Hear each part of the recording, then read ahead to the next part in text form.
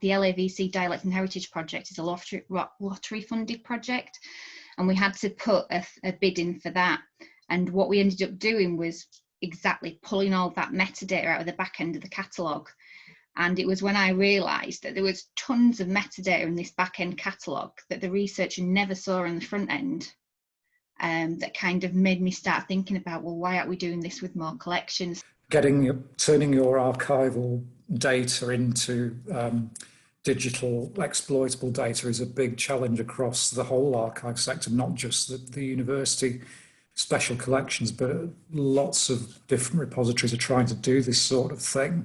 So I suppose what it means is making that catalogue much more accessible. Traditionally, our catalogues are quite narrative heavy, and the way that people have usually engaged with them is to access them via the online catalogue, which is very much a curated view, item by item, of what's in that collection.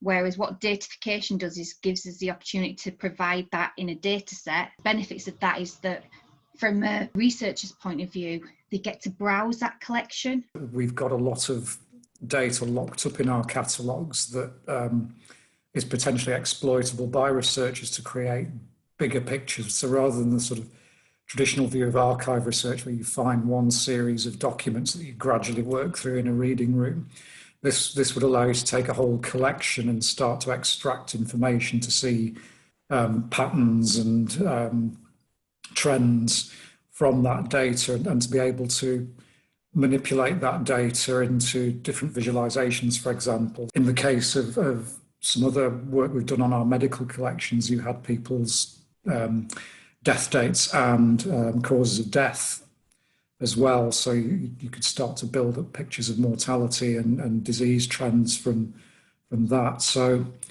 being able to have access to how the National Archives are tackling it was incredibly valuable. And Caroline went and actually visited and saw their digital and cataloguing teams and what they're trying to do and how they're using their own bespoke systems.